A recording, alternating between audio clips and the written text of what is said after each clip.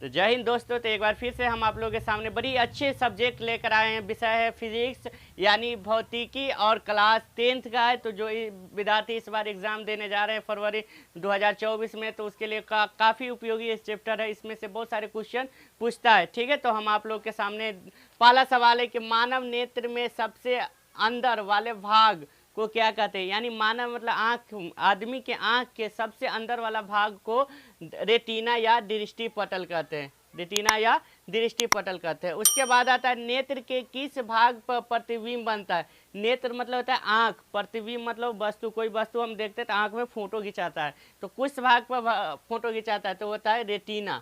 ठीक है, उसके बाद आता है मानव नेत्र में कौन सा लेंस होता है। आँख में, आदमी के आँख में एक लेंस होता है, उसको नेत्र लेंस बोलते हैं। और नेत्र लेंस में जो लेंस लगा होता है उसको बोलते हैं उत्तल लेंस। ठीक है, उसके बाद अगला सवाल आ जाता है कि है ना, मानव नेत्र में कैसा प्रतिबिंब बनता है। ठीक है, प्रतिबिंब कैसा बनता है, तो होता है वास्तविक, उल्टा और छोटा दिखाई देता है। ठीक, उसके बाद आँख के चारों ओर घुमाकर देखने की क्षमता को क्या कहते हैं, तो समंजन क्षमता कहते हैं। आँख जैसे हम लोग जा रहे हैं सीधा और बिना सर घुमाए इधर कारी आँख से देख लेते हैं, इधर कारी आँख से देख लेते हैं। ठीक है, यानी चारों तरफ के वस्तु को हम क्या कर सकते हैं, देख सकते हैं, तो उसको बोलते हैं समंजन क्षमता बोलते हैं। ठीक है, उसके बाद आता है समान मनुष्य में स्पष्ट दृष्टि की न्यूनतम दूरी कितना है। स्पष्ट दृष्टि का मतलब होता है कि आदमी कितना नज़दीक तक के वस्तु को देख सकते हैं। ठीक है, कोई भी पेपर ऊपर पढ़ने के लिए हम लोग क्या करते हैं, एक निश्चित दूरी होता है। अगर हम इसे एकदम आँख तक सटा कर ले जाएंगे तो हमको पढ़ने में दिक्कत होगा, सही से नहीं पढ़ाएगा।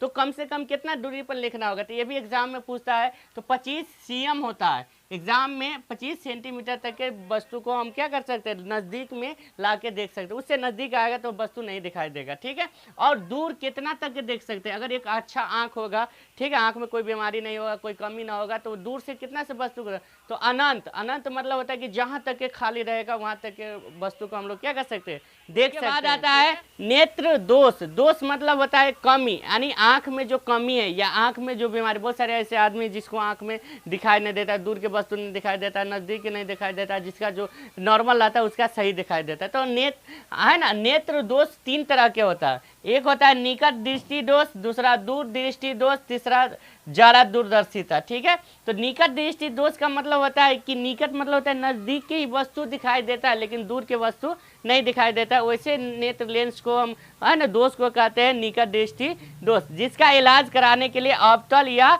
अपसारी लेंस का उपयोग किया जाता है। ठीक, उसके बाद आता है दूर दृष्टि दोष। दूर दृष्टि दोष का मतलब होता है कि दूर की वस्तु को दिखाई देता है लेकिन नज़दीक की वस्तु नहीं दिखाई देता, उससे दोष को बोलते हैं दूर दृष्टि दोष, जिसका इलाज यानी उपचार कराने के लिए उत्तल लेंस यानी अभिसारी लेंस का उपयोग किया जाता है। ये भी एग्जाम में बहुत सारा वीवीआई क्वेश्चन है। उसके बाद आता है ज़्यादा दूरदर्शिता। ज़्यादा दूरदर्शिता का मतलब होता है कि जैसे बुढ़ापे में, उम्र बढ़ जाने के बाद आँख, जो बुढ़ा आदमी सबके होता है, आँख से न तो नज़दीक के वस्तु दिखाई देता है न दूर के वस्तु दिखाई देता है, यानी उनके आँख में दोनों कमी रहता है, तो उसको बोलते हैं ज़्यादा दूरदर्शिता। ठीक है, इसका उपयोग है उपचार के लिए बाइफोकल लेंस का उपयोग किया जाता है, जिसमें ऊपर में भी और नीचे में दोनों 2 रंग के उत्तल और अवतल दोनों लेंस का यूज किया जाता है। इसके बाद अगला आता है आकाश में तारों का टिमटिमाना। आकाश में तारों का टिमटिमाना कौन सी घटना है, तो वायुमंडलीय अपवर्तन। ठीक है, यानी तारा क्या होता है, कभी कभी बुझा जाता है, कभी जलता है रात के समय में, तो वो वायुमंडलीय अपवर्तन के कारण दिखाई देता है कि तारा का लाइट बुझ गया या जो रोशनी हो गया। ठीक है,